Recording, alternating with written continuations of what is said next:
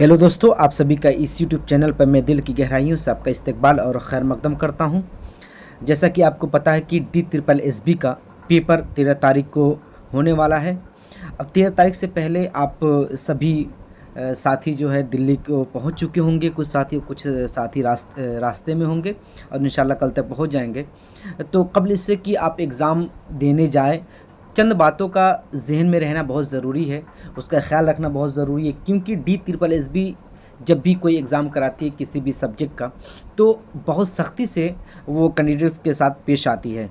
तो कुछ बातों का ख्याल रखना, और ख़ास करके उर्दू के जो साथी हैं उनके मुतालिक हम कुछ इन्फॉर्मेटिव वीडियो मालूमाती चीज़ लेकर आए हैं।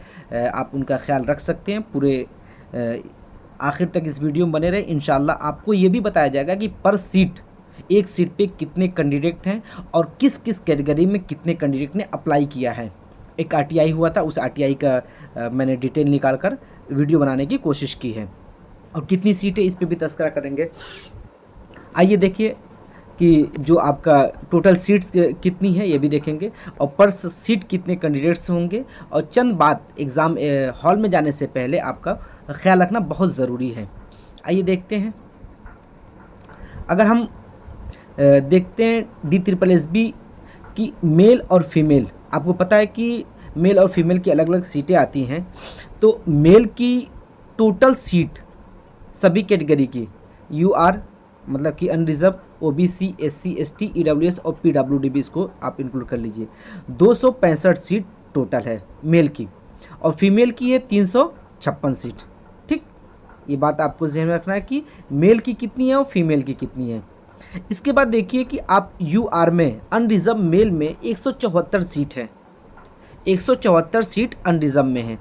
OBC में मेल में सिर्फ 16 सीट है, और ठीक, और SC में आपके 49 सीट है, ST में 24 सीटें हैं, EWS में मेल में 2 सीटें हैं। फीमेल में देख लीजिए टोटल सीट 356 है, UR में 223 सीटें हैं, और OBC में फीमेल OBC 19 सीटें हैं, SC फीमेल आपकी 47 सीटें हैं, और ST फीमेल आपकी 38 सीट है। EWS की कोई सीट नहीं है फीमेल की। तो तकरीबन सभी सीटों को अगर आप जमा करते हैं तो आपके 626, PWD की भी एक दो कुछ सीटें हैं, तो 626 सीटें टोटल हो रही हैं, 626 सीटें। ठीक है, उर्दू TGT की टोटल सीटें हो रही हैं। अब ये देखना है कि पर सीट कितने कैंडिडेट ने, और टोटल कितने फॉर्म अप्लाई हुए हैं, और कितनी एक कैटेगरी में कितने कैंडिडेट फाइट कर रहे हैं। जो RTI डाला था उस RTI में मेल फीमेल को उन्होंने सेपरेट नहीं किया, अलग करके नहीं जवाब दिया, मजमूई तौर पर इन्होंने जवाब दे दिया है। टोटल फॉर्म जो डाले गए हैं 2176, 2176 मेल फीमेल दोनों मिलाकर इतने फॉर्म पड़े हैं। ठीक, अब उसमें देख लीजिए आप UR अनरिजर्व मेल फीमेल में 1441 कैंडिडेट्स हैं। मेल फीमेल हम दोनों की बात करें मजमूई तौर पर, ये बात ज़हन में रखिएगा कि मजमूई तौर पर 1471 कैंडिडेट ने अप्लाई किया है। अब इसके बाद देखिए OBC में 439 कैंडिडेट हैं, SC में 103 है, ST में 69 है, 69, और EWS में 49। अब पर कैटेगरी कितने सीट हैं देख लीजिए। UR मेल फीमेल मिलाकर, दोनों को मिलाकर आपको 397 सीट है। मेल फीमेल मिलाकर UR में 397 सीट है। OBC में टोटल 35 सीट है, SC में टोटल 96 सीट है, ST में टोटल 60 सीटें हैं, और EWS में टोटल 2 सीटें हैं। अब ये देखना है कि एक सीट पर कितने कैंडिडेट फाइट कर रहे हैं। 1461 मेल फीमेल को दोनों को मिला लिया जाए, और 397 से अगर आप भाग देंगे तो आपको नज़र आएगा कि 3.76 तकरीबन जाएगा। तो आप उसको अंदाज़न रख सकते हैं कि एक सीट पर 4 कैंडिडेट फाइट करते हुए नज़र आएंगे। आपको एक सीट पर 4 कैंडिडेट फाइट करते हुए नज़र आएंगे। ठीक, और इसी तरह आप OBC में आ जाइए तो 35 सीट है, 439 अपनी कैंडिडेट हैं, तो आप 12 एक सीट पर 12 कैंडिडेट हैं, ये हो गए। और एससी में 1.5 सीट, मतलब आप समझिए कि एक सीट पे एक ही फाइट कर रहा है। इसी तरह एसटी में और एससी में, ईडब्ल्यूएस में बल्कि डबल का रेशियो है। 49 सीट है और 49 कैंडिडेट्स हैं और 2 सीट है, तो यहाँ पे फाइट ज़्यादा है। अब सबसे बड़ा मसला ये आता है कि क्या ये जो सीटें दी गई हैं टोटल आपके 2161 सीट्स है, कितने कैंडिडेट आपके अपेयर हो सकते हैं? जब एग्ज़ाम आपका हो जाएगा तो एग्ज़ाम के बाद फिर आरटीआई डाली जाएगी, तो उसमें अंदाज़ा लग जाएगा, वो आरटीआई जवाब देंगे कि उर्दू में कितने कैंडिडेट अपेयर हुए थे। ठीक, देखिए अभी फिल वक्त आपका TRE 3 का एग्ज़ाम हो गया है और वहाँ पर आप बहुत से कैंडिडेट ऐसे हैं कि जिनका नंबर ज़्यादा आया है और बिहार से हैं, यूपी से, वो पूरी उम्मीद है कि अपने इलाके को छोड़ के नहीं जाने वाले हैं। बहुत सी ऐसी लड़कियां होती है, फीमेल होती हैं और लड़के की नहीं जाना चाहते हैं। और बहुत से ऐसे कैंडिडेट हैं जो कि TRE 2 में सिलेक्ट हो चुके हैं या उससे पहले भी दूसरे एग्ज़ाम में वो कहीं उनकी नौकरी लग गई है। बहुत से ऐसे कैंडिडेट होते हैं जो कि MA किए होते हैं उर्दू से, ठीक, MA उन्होंने किया उर्दू से, लेकिन BA में उनका उर्दू सब्जेक्ट नहीं है। भाई ये TGT की वैकेंसी है, TGT की, तो TGT के लिए आपका BA प्लस B.Ed होना कंपलसरी है, आपका MA से कोई लेना ही देना नहीं है। तो इस सूरत में बहुत से ऐसे कैंडिडेट आपको तकरीबन 2000 कैंडिडेट में आपको 50-60 ऐसे कैंडिडेट मिल जाएंगे जिनका MA इन उर्दू होगा पर BA में उर्दू नहीं होगा, या उर्दू होगा तो किसी का 2 साल होगा या 1 साल होगा।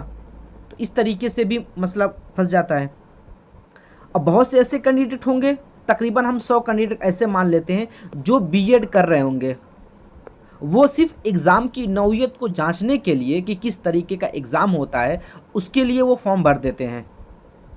तो 100 कैंडिडेट तकरीबन अब ऐसे मान लीजिए, और तकरीबन 100 कैंडिडेट ऐसे होंगे कि जो एग्ज़ाम देने ही नहीं आएंगे।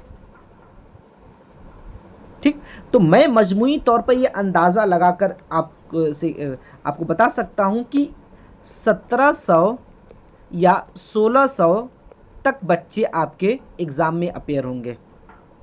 ठीक, और ये जो 1600-1700 जो बच्चे होंगे, 400-500 बच्चे, 300-400 जो बच्चे कम होंगे, ये सब UR में आएंगे।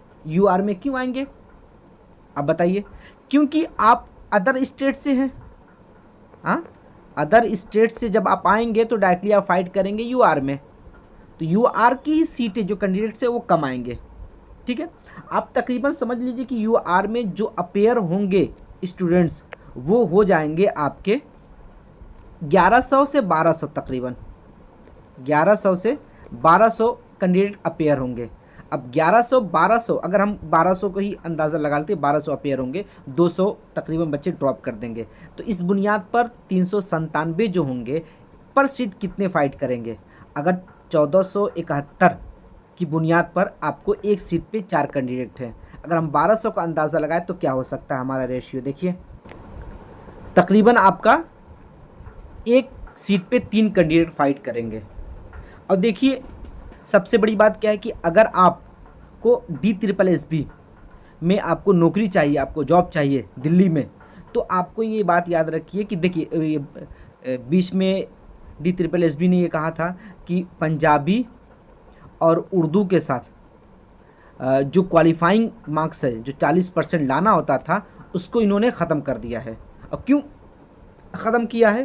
कि ताकि जो कैंडिडेट है क्वालिफाई नहीं कर पा रहे, उनकी सीट खाली जा रही है और स्कूल में टीचर नहीं मिल रहे हैं, इसलिए इन्होंने इसको क्वालिफाइंग हटा दिया है। ये नोटिस आई थी 2023 में। ठीक है, तो अब इस वक्त ये चीज़ देख लिया जाए, अगर आप 60 से 65 नंबर उर्दू में लेकर आते हैं, उर्दू में 60 से 65 लेकर आते हैं, और जनरल पेपर में आप 25 से 30 नंबर लेकर आते हैं, तो तकरीबन आपका 85 से 90 के दरमियान आपका नंबर आता है, तो आप DSSB में जॉब पा जाएंगे। ये बात याद रखिएगा। DSSB में जॉब पाने के लिए आपको 90 नंबर तक लाना लाजमी है, 90 नंबर तक, दोनों मिलाकर मैं कह रहा हूँ, उर्दू और जनरल पेपर।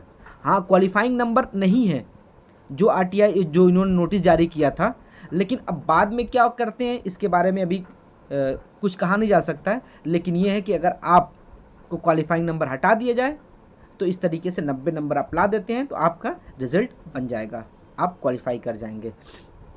अब अगली बात कि आप एग्ज़ाम देने जाने से पहले क्या क्या चीज़ें कर सकते हैं। देखिए, DSSB का पेपर नहायती पेपर जो होता है वो तो मुश्किल होता ही है। एक चीज़ और आपको जहन में रखना बहुत ज़रूरी है कि जो पेपर इनका होता है DSSB का, वो किस तरीके से होता है। आपको जनरल पेपर आपको पता है कि 100 नंबर का है। अब ये 100 नंबर को 5 स्लॉट पे बांट दिए इन्होंने। सबसे पहले स्लॉट में आपके 20 क्वेश्चन आएंगे, वो क्या होगा, GK का, ठीक। दूसरे स्लॉट में आपका आएगा रीजनिंग का। और जब आप एक स्लॉट को जब तक लॉक नहीं करेंगे दूसरे स्लॉट पे आप विजिट नहीं कर सकते हैं। और दूसरी बात कि जब आप एक स्लॉट को लॉक कर दिया तो आप बैक भी नहीं जा सकते हैं, रिवर्स वाला सिस्टम नहीं है, ठीक। मतलब कि आपका जब 20 क्वेश्चन ओपन हुआ है, जो कैंडिडेट नए हैं उनके लिए ख़ास करके ये बात ध्यान रखनी है कि अगर आप 20 क्वेश्चन एक स्लॉट आपने ओपन किया है तो उसमें जितना चाहे आप क्वेश्चन आगे पीछे कर सकते हैं 20 क्वेश्चन में। जब एक बार आपने उसको लॉक कर दिया उसको आपने, तो लॉक करने के बाद आप दोबारा बैक नहीं जा सकते हैं। हाँ, आप आगे जा सकते हैं लेकिन पीछे नहीं जा सकते जो लॉक कर दिया। फिर दूसरा आपका स्लॉट खुलेगा, दूसरा स्लॉट आपका किसका होगा, रीजनिंग का, ठीक। अब तीसरा स्लॉट आएगा आपका मैथ्स का, वो भी क्या है, 20 क्वेश्चन का होगा, वो 20 नंबर का। जब आप इसको लॉक करेंगे तब आपका आएगा इंग्लिश का, ठीक, इंग्लिश का आएगा, ये भी 20 का होगा। अब 20 के बाद जो अगला आपका आएगा वो आएगा सबसे आखिर में, वो आएगा हिंदी का 20 नंबर का, और 20 क्वेश्चन होंगे। अब तकरीबन आपके 5 स्लॉट हो गए 100 क्वेश्चन के। अब ये कि टोटल आपका 2 घंटे का पेपर है। तो इस तरीके से आप क्या लाहे अमल इख्तियार करें कि कितने वक्त में इस 100 क्वेश्चन को अटेम्प्ट करें।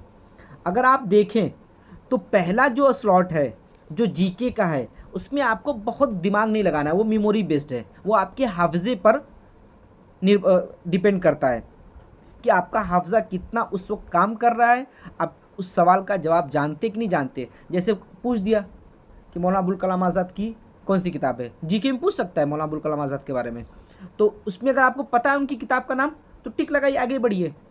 तो आप GK में ज़्यादा वक्त नहीं लगा सकते हैं। हाँ, रीजनिंग में आप आएंगे तो रीजनिंग क्या है, लेंदी होता है, पेपर तो सही होता है उनका, बहुत लेंदी होता है। लेंदी मतलब कि आपका वक्त बहुत ज़्यादा लेता है।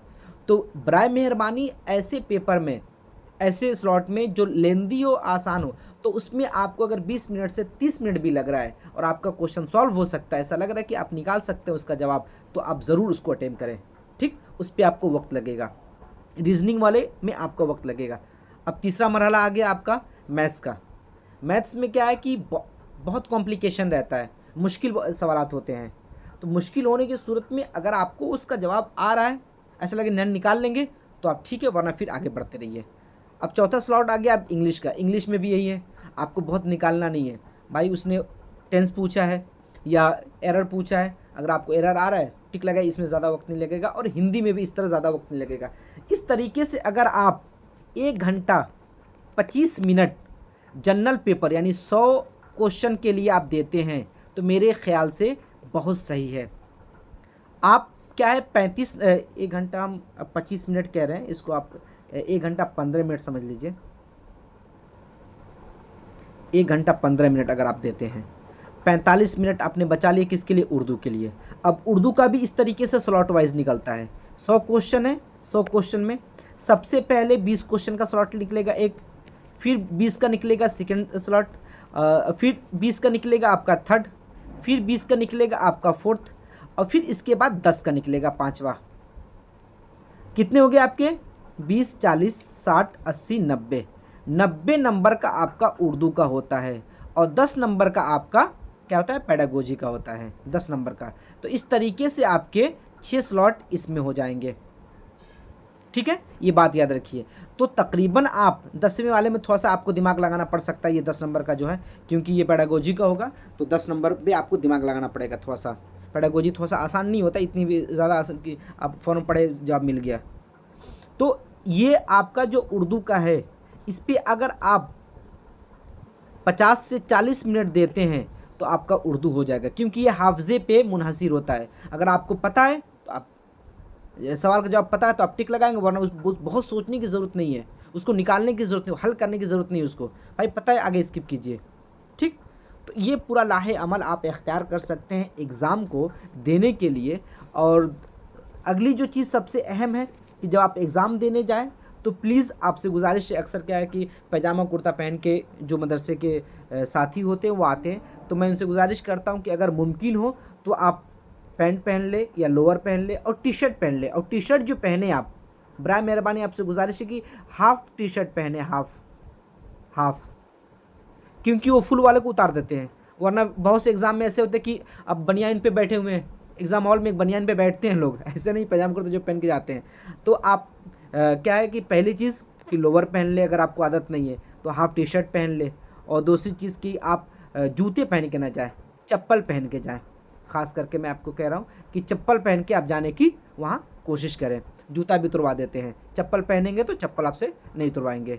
ये बुनियादी जो चीज़ें थी DSSB के लिए, जब एग्ज़ाम देने जा रहे हैं उसके लिए।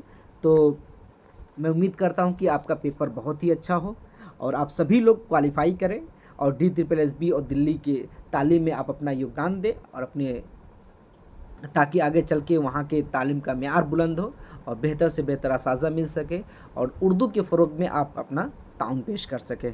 तो आप सभी साथियों को ऑल द बेस्ट, बेहतर एग्ज़ाम दें, और एग्ज़ाम के बाद कैसा पेपर रहता है देखते हैं, फिर इंशाल्लाह फिर आपसे मुलाकात होगी। तो ऑल द बेस्ट आप सभी साथियों को बेहतर तरीके से। और एक बात याद रखिए कि अगर आपका क्वालिफाइंग नहीं है तो प्लीज़ आप कोशिश करें कि 80+ दोनों मिलाकर लाने की कोशिश करें, क्योंकि फ़ाइट बहुत ज़्यादा नहीं है, बहुत ज़्यादा क्या है इस बार DSSB में फ़ाइट नहीं है, ठीक। चलिए इंशाल्लाह फिर आपसे मुलाकात होगी, तब तक के लिए अल्लाह हाफ़िज़।